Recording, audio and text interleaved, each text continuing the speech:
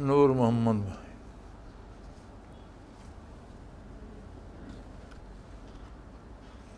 بابر اقبال، ماشاء اللہ، محمد رفیق، امان اللہ،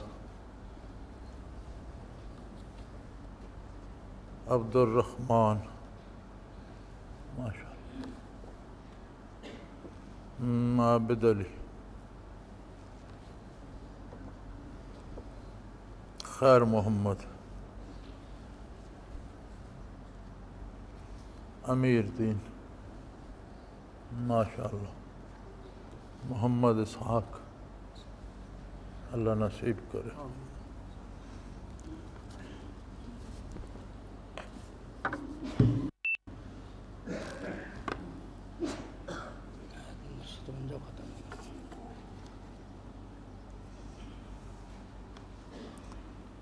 الحمد للہ رب العالمین، والصلاة والسلام علی حبیبہ محمد وآلہ وصحبہ اجمعین۔ اعوذ باللہ من الشیطان الرجیم، بسم اللہ الرحمن الرحیم۔ ومنہم من یلمزک فی الصدقات فإن أوتوا منها رضوا وإن لم يؤتوا منها إذا هم يسخطون ولو أنهم رضوا ما آتاهم الله ورسوله وقالوا حسبنا الله سيؤتينا الله من فضله ورسوله إنا إلى الله راغبون۔ اللهم سبحانك لا علم لنا إلا ما علمتنا إنك أنت العليم الحكيم۔ مولاي صل وسلم دائما ابدا على حبیبک خیر الخلق کلہم۔ منافقین کا تذکرہ چل رہا تھا، اسی بات کو آگے بڑھاتے ہوئے ارشاد باری ہے کہ ان میں ایسے لوگ بھی ہیں جو صدقات کی تقسیم میں آپ پر اعتراض کرتے ہیں، الزام تراشی کرتے ہیں، اور یہ ایسے لوگ ہیں کہ اگر انہیں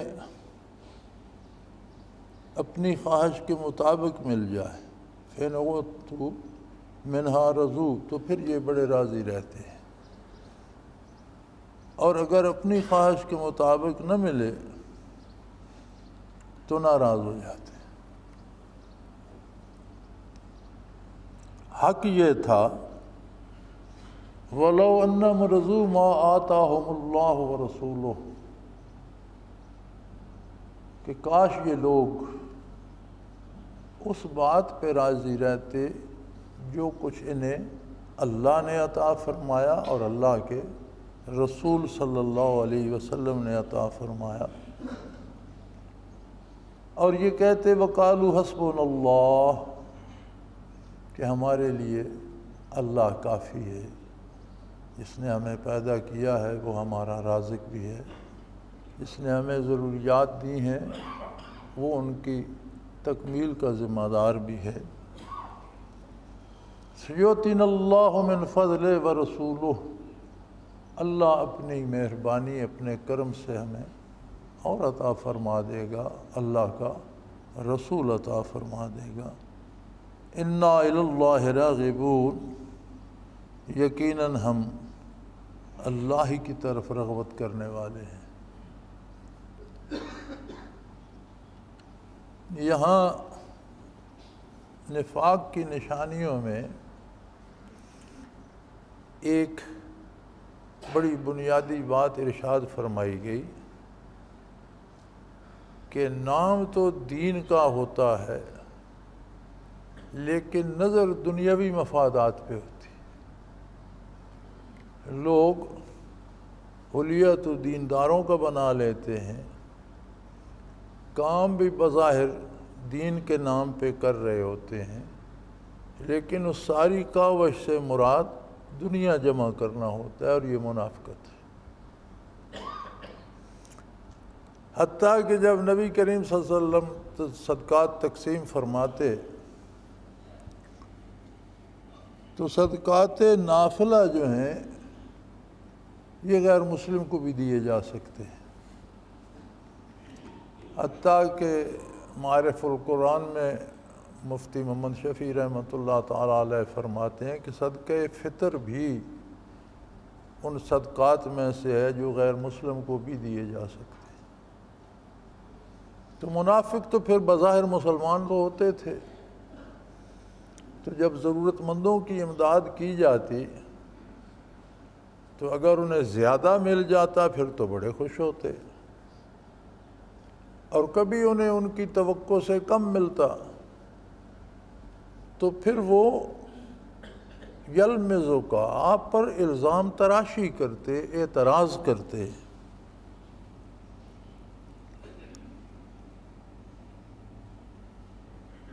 تو اللہ کریم نے فرمایا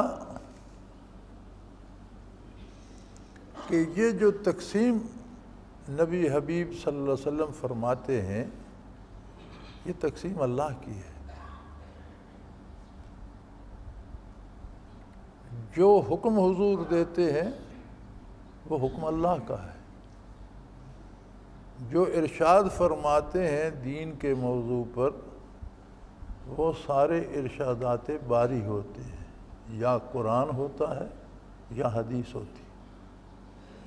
ما ینطق عن الہوی ان ہوا الا وحی یوحی، آپ اپنی خواہش سے کچھ ارشاد نہیں فرماتے، بلکہ جو ارشاد باری ہوتا ہے وہی مخلوق کو پہنچاتے ہیں صلی اللہ علیہ وآلہ وسلم۔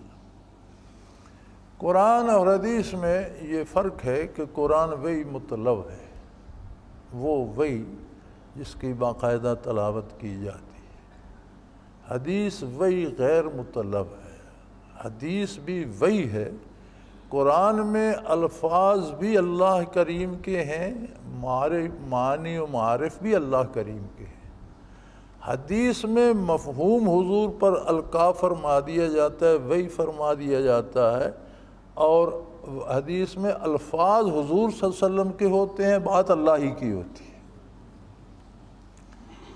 اگر کوئی حدیث کا انکار کرتا ہے تو ویسا ہی کفر ہے جیسا وہ قرآن کا انکار کرتا ہے، اگر کوئی حدیث پہ اعتراض کرتا ہے تو یہ ایذائے رسول میں داخل ہے، وہ رسول اللہ صلی اللہ علیہ وسلم پر اعتراض کرتا ہے۔ اسی طرح آپ کے اعمال، آپ کی سنن، جو کچھ آپ نے کیا، کوئی کام ہوتا دیکھ کر حضور نے پسند فرما لیا، یہ بھی سنت ہے۔ کسی کام کا حضور نے ارادہ فرمایا لیکن وقتی طور پر وہ نہ ہو سکا، کوئی عارضی ایسے اسباب تھے کہ وہ نہ ہو سکا، جب وہ اسباب ہٹ جائیں تو وہ سنت، اس پر بھی عمل اتنا ہی ضروری ہو جاتا ہے، جب وہ عوارضات نہ ہوں تو وہ بھی سنت ہے۔ یعنی حضور کی پسند سنت ہے، حضور کا ارشاد سنت ہے، حضور کا عمل سنت ہے۔ سنت پر اعتراض صاحب سنت پر اعتراض، اور صاحب سنت وہ ہستی ہے جو ارشادات باری کی عملی تعبیر ہے، جیسا حبیب کبریا ام المومنین حضرت عائشہ رضی اللہ تعالی عنہا سے کسی نے عرض کیا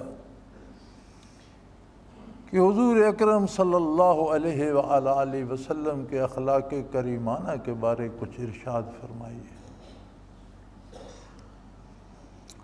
انہوں نے مختصر ترین جواب ارشاد فرمایا اور جامع ترین جواب ارشاد فرمایا کان خلقہ القرآن صلی اللہ علیہ وسلم، آپ کا اخلاق قرآن کریم ہے، قرآن پڑھتے جاؤ، جو قرآن نے کرنے کا حکم دیا ہے حضور نے وہ کیا ہے، جس سے قرآن نے روک دیا ہے حضور اس سے رک گئے۔ آپ کے حیات طیبہ کی ساری تاریخ قرآن کریم ہے، آپ کے اخلاق عالی کی ساری تعریف قرآن کریم ہے، آپ کے کردار کی ساری تاریخ قرآن کریم ہے۔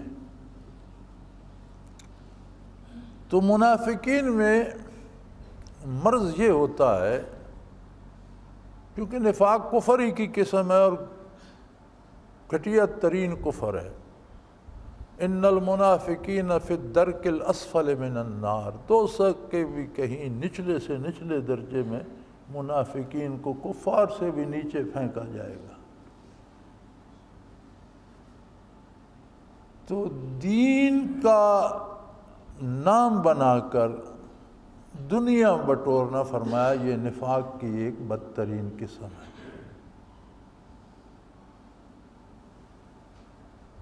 اللہ کریم جو خالق ہے کائنات کا،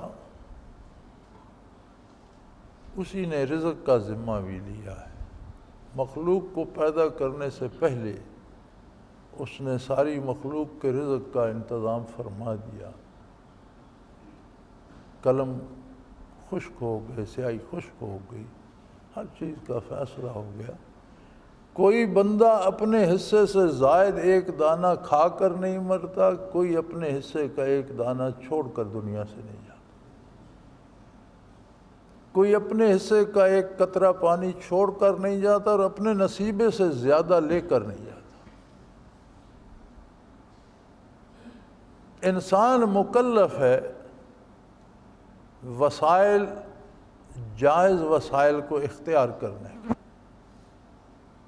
کسی کی محنت سے اس کو رزق نہیں ملتا، وسائل اختیار کیے جاتے ہیں۔ وسائل اختیار کرنا ویسا ہی عبادت ہے جیسے دوسری عبادات ہیں، جیسے ہم نماز ادا کرتے ہیں، رکوع و سجود کرتے ہیں، قیام و قعود کرتے ہیں، یہ اللہ کا حکم ہے، عبادت ہے۔ اسی طرح حصول رزق کے لیے، بچوں کی تربیت کے لیے، بچوں کو پالنے کے لیے جائز شرعی طریقے سے وسائل اختیار کرنا، روزی کے وسائل اختیار کرنا، اس کا بندہ مکلف ہے۔ اور اگر یہ شریعت کے مطابق ہوں تو مومن کی دنیا بھی دین ہے۔ حضور اکرم صلی اللہ علیہ وسلم کے ارشاد کا مفہوم ہے کہ مومن کی دنیا بھی دین ہے، کہ وہ جو کام دنیا کا کرتا ہے وہ بھی اللہ اور اللہ کے رسول کے حکم کے مطابق کرتا ہے، اور اللہ اور اللہ کے رسول کی اطاعت ہی تو دین ہے۔ اور کافر کا دین بھی دنیا ہے، کہ جتنی رسومات کافر نے دین کے نام پہ ایجاد کر رکھی ہیں، ان کا ما اصل بھی یہ ہے کہ یہ رسم کرنے سے دنیا کی وہ چیز مل جائے گی، یہ کام کرنے سے دنیا کی وہ چیز مل جائے گی۔ تو آپ صلی اللہ علیہ وسلم نے فرمایا کہ کافر کا دین بھی دنیا ہے۔ تو منافق بدترین کافر ہوتا ہے۔ تو جب صدقات کی تقسیم ہوتی، کسی کو تھوڑا ملتا، کسی کو زیادہ ملتا، کسی کو نہیں ملتا، چونکہ تعامل رسول اللہ صلی اللہ علیہ وآلہ وسلم عین منشاء باری تعالی ہے۔ تو حضور کی تقسیم پہ اعتراض گویا عظمت باری پہ اعتراض ہے۔ اور پھر یہ صرف الزام تراشی ہی نہیں کرتے، اعتراض کرتے ہیں، الزام تراشی کرتے ہیں، اور اگر اپنی پسند کے جتنی خواہش تھی اتنا یا زیادہ مل گیا تو خوش ہو جاتے ہیں، کم ملا تو اذا ہم یسخطون، تو پھر بڑے بڑے ہونٹ سجا لیتے ہیں اور منہ بنا لیتے ہیں اور خفا ہو جاتے ہیں۔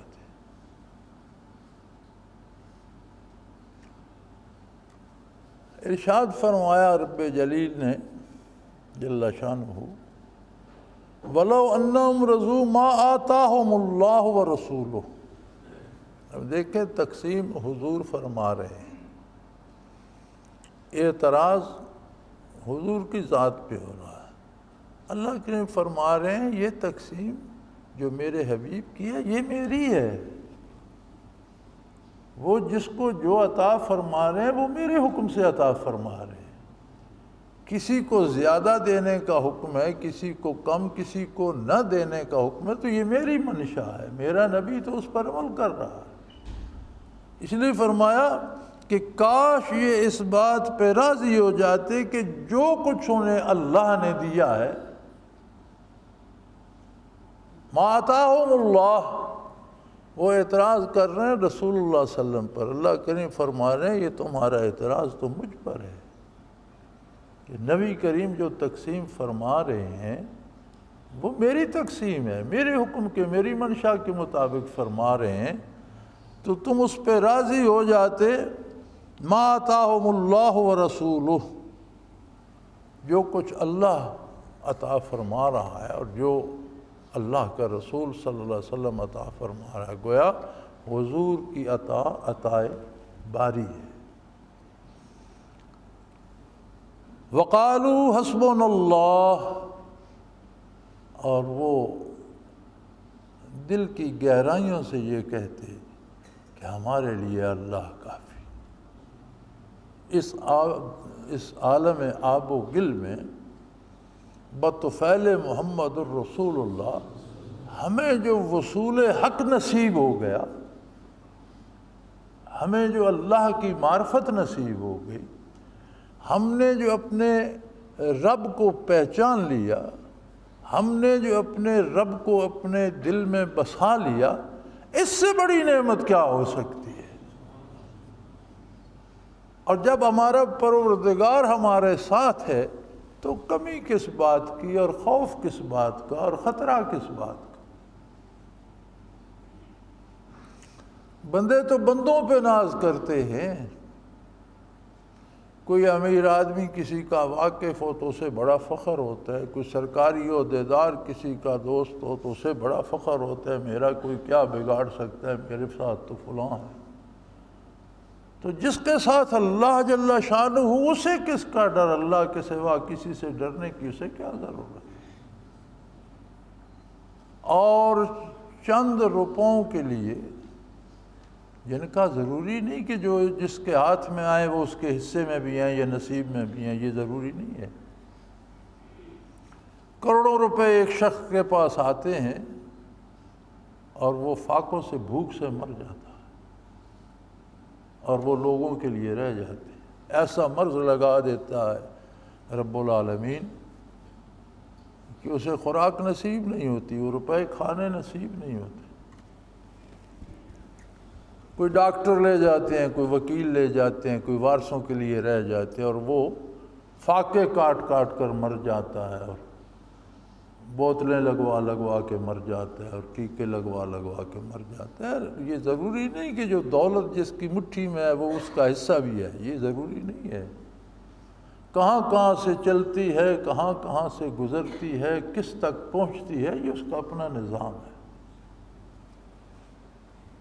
ہر ذرہ جو بدن کا حصہ بنتا ہے وہ مقدر ہے اللہ کی طرف سے۔ کاش یہ اس بات کو جان لیتے کہ جو رب العالمین کو نہیں مانتے، کفر میں مر جاتے ہیں، روزی تو ان کو بھی ساری زندگی ملتی رہتی۔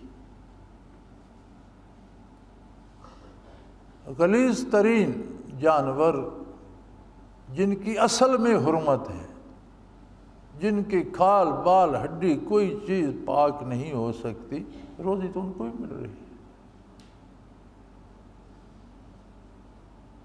اصل دولت کیا تھی؟ اصل دولت تھی معرفت حق، اور اگر یہ معرفت حق پا کر انہیں یہ احساس اور ادراک نہیں ہوا کہ ہم پر اللہ کا کتنا انعام ہے کہ ہمیں دامان رسالت سے وابستگی عطا فرما کر ایمان عطا فرما دیا، معرفت حق عطا فرما دی، اپنی اطاعت کی توفیق عطا فرما دی، ہمارے لیے ہمارا اللہ کافی ہے، ہمارا سارا کام ہو گیا۔ ہم نے دونوں جہاں سے بڑی دولت پا لی۔ وقالو حسبنا اللہ، کاش یہ اللہ اور اللہ کے رسول کی عطا پہ راضی ہو جاتے اور کہہ اٹھتے کہ ہمارے لیے اللہ کافی ہے۔ سَيُؤْتِينَ اللَّهُ مِنْ فَضْلِهِ وَرَسُولُهُ، اللہ اپنے کرم سے اور دے دے گا، ہماری ضرورتیں پوری فرمائے گا، ضرورت سے زائد عطا کر دے گا، صحت دے گا، عزت دے گا، دولت دے گا، عاقبت دے گا، آخرت دے گا، اپنی رضا سے نوازے گا۔ جب اللہ ہمارے ساتھ ہے اور جب تک دامان رسول ہمارے ہاتھ میں ہے، ہمیں فکر کس بات کی؟ یہاں بھی وہی قید لگا دی، سَيُؤْتِينَ اللَّهُ مِنْ فَضْلِهِ وَرَسُولُهُ، یعنی اللہ کی عطا ملے گی کہاں سے؟ بارگاہ رسالت سے۔ کوئی بھی شخص بعثت عالی سے لے کر قیامت تک یہ چاہے کہ میں رسول اللہ صلی اللہ علیہ وسلم کو الگ کر دوں اور میں سیدھا اللہ سے مل جاؤں، فرمایا یہ ممکن نہیں، یہ انسانی بس کی بات نہیں ہے۔ جو بھی یہ کوشش کرے گا وہ بھی اللہ کی رحمت سے محروم رہے گا، نور ایمان سے محروم رہے گا۔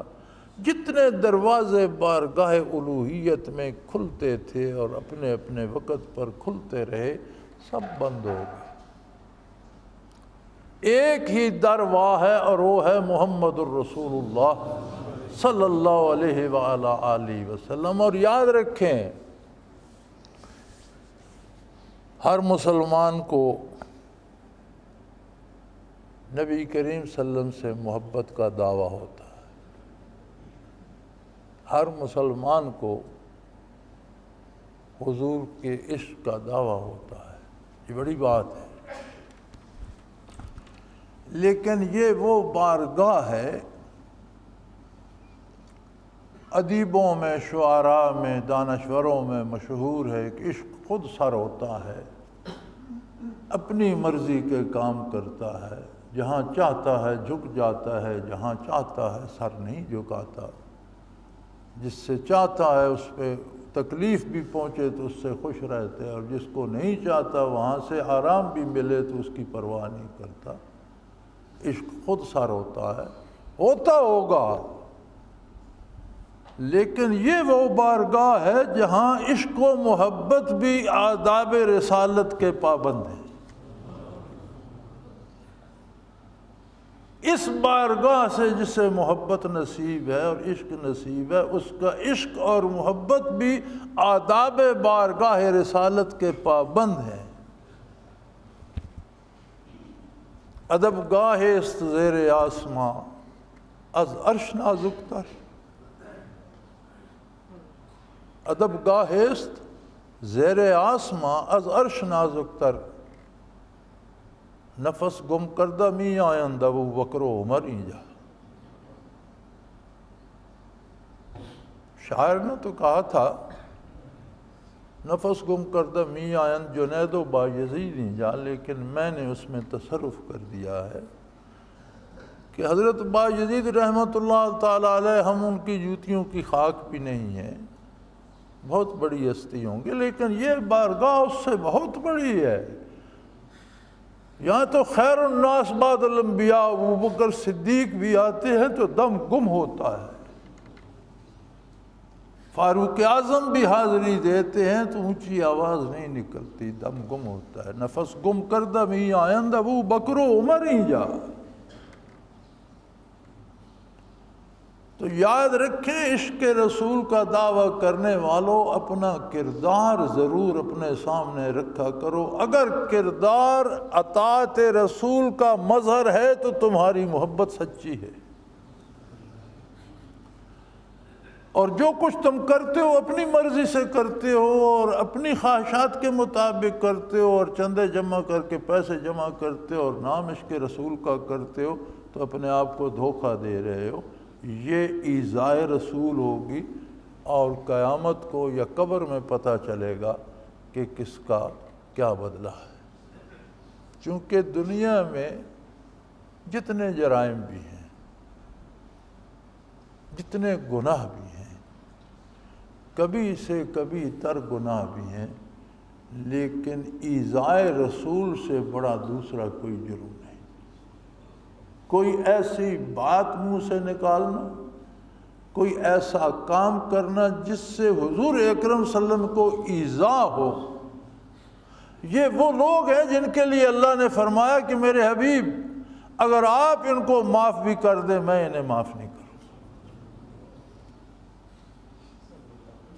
کیسی عجیب بات ہے کہ فرمایا جو ایذائے رسول کا سبب بنتے ہیں، میرا حبیب اپنی کریمی شان کریمی کے باعث اگر ان سے درگزر بھی فرمائے، معاف بھی کر دے، اللہ انہیں معاف نہیں فرمائے۔ یہ وہ جرم ہے جس کی معافی کوئی نہیں، اور یہ ایسا جرم ہے ایذائے رسول کی یہ توبہ کی توفیق بھی سلب کرا دیتا ہے۔ ایسے لوگوں کو اللہ توبہ کی توفیق بھی نہیں دیتا۔ تو جتنے نازک ترین رشتے ہیں ان سب میں سے نازک ترین رشتہ ہے بندے کا رسول اللہ صلی اللہ علیہ وسلم کے ساتھ۔ کوتاہی ہو جانا، غلطی ہو جانا، قصور ہو جانا بتقاضائے بشریت ممکن ہے، لیکن دل سے گستاخی کا تصور، حضور کے نام نامی کو بیچ کر دنیا کمانا، حضور صلی اللہ علیہ وسلم کے نام پر مفادات دنیا حاصل کرنا، وہ دلوں کے بھید جانتا ہے، اس سے کوئی چیز پوشیدہ نہیں۔ تو فرمایا کیا ہی بہتر ہوتا، یہ لوگ کہتے ہمیں اللہ کافی ہے، اللہ ہمیں اپنے کرم سے اور عطا فرمائے گا، ورسولہ، اور اللہ کا کرم ہم تک کیسے پہنچے گا؟ اس کے رسول کے ذریعے۔ بندوں اور مالک کے درمیان بعثت عالی سے قیامت تک ایک ہی واسطہ ہے، اور وہ ہے محمد الرسول اللہ صلی اللہ علیہ وآلہ وسلم۔ انا الی اللہ راغبون، ہماری طلب، ہماری رغبت، ہماری محبت، ہماری چاہت، ہماری خواہش، ہمارا مقصود، ہماری زندگی کا مقصد، ہماری موت کا مقصد، ہمارا سارا ما حاصل ہمارا اللہ ہے۔ ہم کسی سے ناراض ہوں گے تو اللہ کے لیے، کسی سے دوستی کریں گے اللہ کے لیے، ہم کاروبار کریں گے اللہ کے لیے، ہم کمائیں گے اللہ کے لیے، ہم خرچ کریں گے اللہ کے حکم پر۔ ہمارا مرنا، ہمارا جینا، ہماری حرکت و ہمارا سکون، ہماری خواہش و ہماری آرزو کیا ہے؟ اللہ وحدہ لا شریک، جس کا راستہ ہے اتباع محمد الرسول اللہ صلی اللہ علیہ وآلہ وسلم۔ انا الی اللہ راغبون، ہم اللہ ہی کی طرف رغبت کرتے ہیں، اللہ ہی کو چاہتے ہیں۔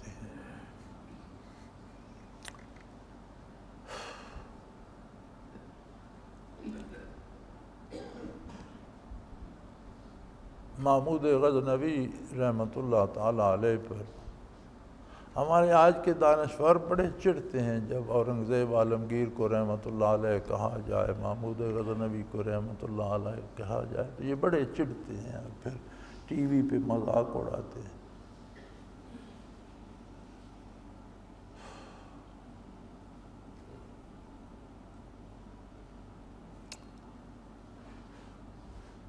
اہل دربار نے سرگوشیوں میں کہیں ایک بات کی کہ ان کے والد بزرگ سلطان تھے اور ہمارے آباء و اجداد ان کے خدام تھے، ان کے وزراء تھے، ان کے جرنیل تھے، ہم نے اپنے خون سے اس سلطنت کو سینچا، اگلی نسل آئی، سلطان حکمران ہوئے، ہم جوان ہوئے، ہم ان کے خادم ہو گئے، ہم ان کے اہل دربار بن گئے، ان کے لیے جہاد کر رہے ہیں، ان کے لیے مشقتیں اٹھا رہے ہیں۔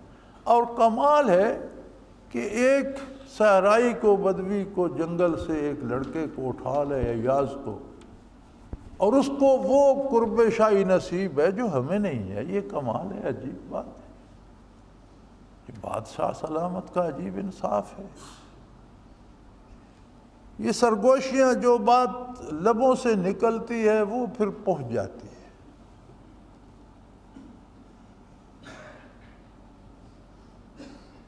وہ بادشاہ سلامت تک بھی، سلطان تک بھی بات پہنچ گئی۔ انہوں نے اس کا براہ راست جواب دینا مناسب نہ سمجھا۔ کسی فتح کے بعد واپس جب غزنی پہنچے تو انہوں نے چیدہ چیدہ جرنیلوں کو، وزراء کو، امراء کو، جنہوں نے پیچھے انتظام سنبھالے رکھا، جو لشکر میں ساتھ تھے، جنہوں نے جنگ میں بہادری دکھائی، انہیں انعام دینے کا اعلان کیا کہ ان سب کو انعامات سے نوازا جائے۔ اب انعام دینے کا انہوں نے ایک انوکھا طریقہ فرمایا۔ دربار کا جو بڑا ہال تھا اس کی دیواروں پہ جگہ جگہ مختلف چیزیں تحریر کرا دیں، اس کو جاگیر ملے گی، اتنی اشرفیاں ملیں گی، یا اتنے درہم و دینار ملیں گے، جو اس بورڈ پر کھڑا ہو جائے گا اس کو اتنے 100 گھوڑے ملیں گے، اتنے 1000 گھوڑے ملیں گے، جو اس کاغذ کو ہاتھ لگا کر یہاں کھڑا ہو جائے گا جس کو منصب، اسے منصب ملے گا۔ یعنی مختلف انعامات کے لکھوا دیے گئے، بورڈ سے لگا دیے گئے، اور فرمایا گیا لوگوں کو کہ جسے جو چیز چاہیے اس پر ہاتھ رکھ دو۔ اب سب نے دیکھا، کسی کو اسلحہ پسند تھا، کسی کو گھوڑے پسند تھے، کسی کو جاگیر پسند تھی، کسی کو دولت پسند تھی۔ تو چونکہ شاہی انعام تھا، بادشاہ سلامت عطا فرما رہے تھے، تو سب نے اٹھ کر کسی نہ کسی پر، کسی بورڈ پر 3 بندے ہاتھ رکھ کے کھڑے ہیں، کسی پر 5، کسی پر 1، کسی پر 2، سارا دربار تقسیم ہو گیا اور اپنا اپنا ہاتھوں کہ مجھے یہ چاہیے، مجھے یہ چاہیے۔ ایاز اٹھا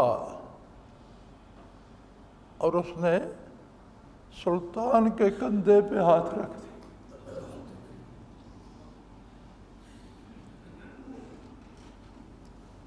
بادشاہ سلامت نے پوچھا کہ ایاز تجھے کچھ نہیں چاہیے؟ چیزیں تو ساری وہ دیواروں پہ لگی ہیں۔ اس نے عرض کی، سلطان عالی، میرے لیے سلطان کافی، یہ سب چیزیں تو آپ کے پاؤں کی ٹھوکروں میں ہیں، تو جب سلطان کا ساتھ ہوگا تو ان چیزوں کی حیثیت کیا ہے؟ تو سلطان تو آخر اللہ کا نیک بندہ، مجاہد بندہ، اور ایک عام آدمی تھا، کہاں سلطان اور کہاں عظمت رسالت۔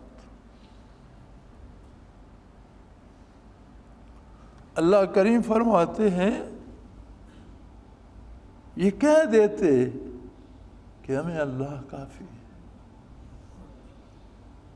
جب اللہ ہے تو سب کچھ ہے۔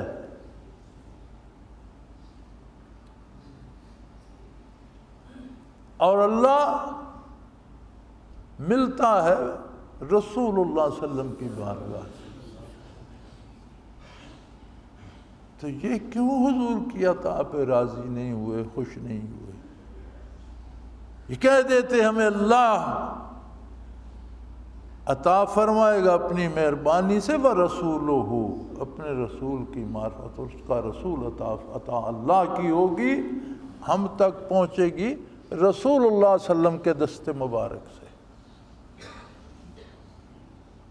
اِنَّا إِلَى اللَّهِ رَاغِبُونَ، ہمیں اللہ کافی ہے، ہم اللہ کی طرف رغبت کرتے ہیں۔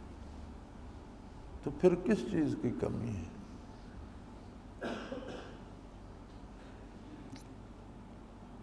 وہ کس کس کو کیسے رزق پہنچاتا ہے یہ وہ خود ہی جانتا۔ فرماتا ہے نا کہ جانوروں کے پیٹ میں سے خون اور گوبر سے میں تمہارے لیے دودھ نکال کے لے آتا ہوں۔ اسی جانور کو جو صبح ایک بالٹی دودھ دیتا ہے، شام کو پھر بالٹی دودھ دیتا ہے، اسی کو ذبح کر کے ایک پاؤ بھر دودھ نکالو تو صحیح۔ خون، گوشت، گوبر سب کچھ نکلے گا، دودھ تو نہیں ہے۔ وہ قادر ہے کہ اسی سب میں سے وہ دودھ بنا کر میٹھا، ٹھنڈا، طاقتور، لذیذ عطا فرما دیتا ہے۔ میں نے اپنی زمینوں پر ایک کنواں کھدوایا، وہ ابھی تک ہے الحمدللہ۔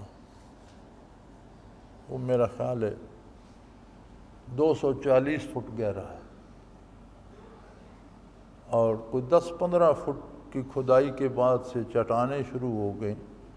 ہم اس کو 240 فٹ تک بارود سے کاٹ کر نیچے لے گئے۔ اب بھی اس میں 100-150 فٹ پانی کھڑا ہوگا۔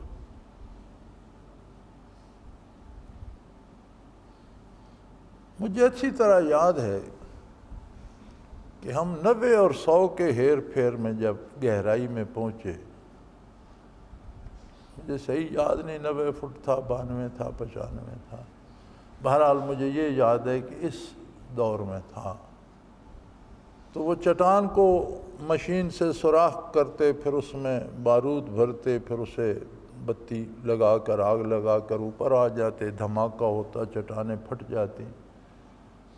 پھر دوسرے دن اس میں بندے اترتے، وہ جو دھماکے سے جو کچھ پھٹا تھا وہ مواد باہر نکالتے، پھر صفائی کر کے، پھر 5-6 سوراخ کر کے بارود لگا دیتے، اتنے تک پچھلا پیر ہو جاتا، پھر دھماکہ کر دیتے۔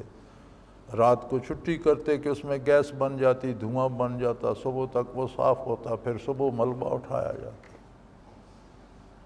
تو اس پر جو دھماکہ کر کے باہر آ گئے، دوسرے دن گئے جب وہ ملبہ اٹھا رہے تھے تو اس میں ایک پتھر تھا، اتنا سا، بالکل گول مول جیسے گیند ہوتا ہے۔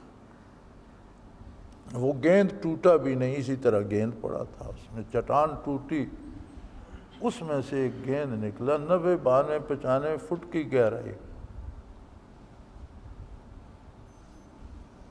میں گاہے گاہے دوسرے دن، چوتھے دن، کبھی ہفتے بعد جاتا تھا ان کو کام دیکھنے، ان کو چیک کرنے، کہاں پہنچے، کیا کر رہے، کیا ہوا۔ کبھی انہیں پیمنٹ کرنی ہوتی تھی، کبھی۔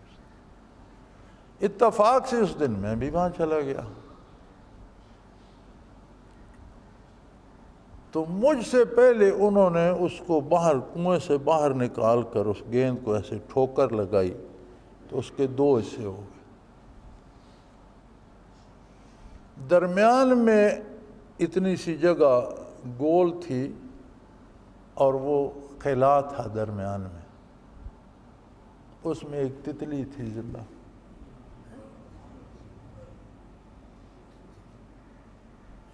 میں بھی پہنچ گیا، انہوں نے مجھے دکھایا کہ دیکھیں جی، یہ گولا نکلا ہے اس چٹان میں سے، یہ گولا بند تھا، اسے ہم نے توڑا، اس میں یہ تتلی پھر رہی ہے، اور چل پھر رہی ہے۔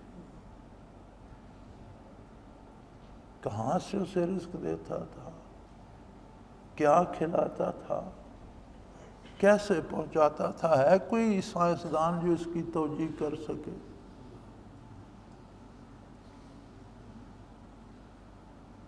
یہ تو میرا چشمدید واقعہ ہے۔ محاورہ سنا تھا کہ وہ کیڑے کو پتھر میں روزی دیتا ہے، ایک محاورہ نظروں سے گزرا، پڑھا بھی، سنا بھی، لیکن یہ الحمدللہ دیکھا بھی۔ تو معمولی رزق یا حصول رزق کے لیے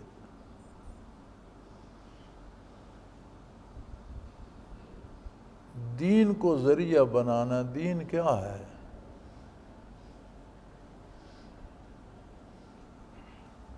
محبت جب ہوتی ہے نا، جب کسی کا محبوب ہوتا ہے، علامہ مرحوم نے یہی رونا رویا تھا نا کہ دل دارند و محبوب نہ دارند، اللہ نے ان کو دل تو دیے ہیں لیکن انہوں نے دل دیا کسی کو نہیں، ان کا محبوب کوئی نہیں۔ دل دارن تو محبوب ہے نا دارن، دل تو ان کے سینے میں دھڑک رہا ہے لیکن کوئی ان کا محبوب نہیں ہے۔ یہ دل کو خرچ نہیں کہیں کر سکے، کسی کو دے نہیں سکے۔ جب ہم کسی سے محبت نہیں ہوتی تو وہ جو کچھ کرتا ہے کہتے ہیں یہ اس کا کام ہے، اس نے یہ کیا، یہ اس کا ذاتی فعل ہے، اس نے ایسا کر دیا۔ جب محبت ہوتی ہے تو اسی کام کا نام بدل جاتا ہے، ہم کہتے ہیں یہ میرے محبوب کی ادا ہے۔ دیکھنا بات ایک ہی، کام ایک ہی ہوتا ہے، اٹھنا بیٹھنا کھانا پینا لڑنا جھگڑنا دوستی دشمنی زندگی وہی کام لباس۔ لیکن جب کوئی محبوب بن جاتا ہے نا تو اس کا ہر فعل ایک ادا بن جاتا ہے اور عاشق اس پہ فدا فدا ہوتا رہتا۔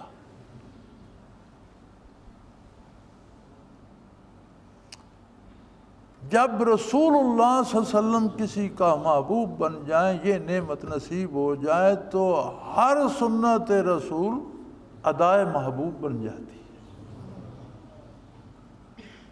پھر بندہ اسے جان سے زیادہ عزیز رکھتا ہے۔ یہ ہے محبت رسول۔ یہ نہیں ہے کہ جیسا میں چاہوں ویسے محبت کروں، یہ وہ بارگاہ نہیں ہے۔ یہاں عشق اپنی مرضی سے محبت نہیں کر سکتا، یہاں عشق و محبت بھی پابند ہیں اس محبوب کی اداؤں کے، جو وہ کرے گا اس پہ فدا ہوگا۔ ارشاد باری ہے نا قرآن کریم میں کہ تم احکام الہی سے گھبراتے ہو، اللہ اگر تمہیں حکم دے دے کہ اپنی گردنیں کاٹ دو، خود کو قتل کر دو، تو وہی کامیاب ہوتا جو اس پر عمل کر لیتا۔ اگر حکم دے دیتا گھروں کو چھوڑ کر چلے جاؤ تو وہی کامیاب ہوتا جو اس پر عمل کرتا۔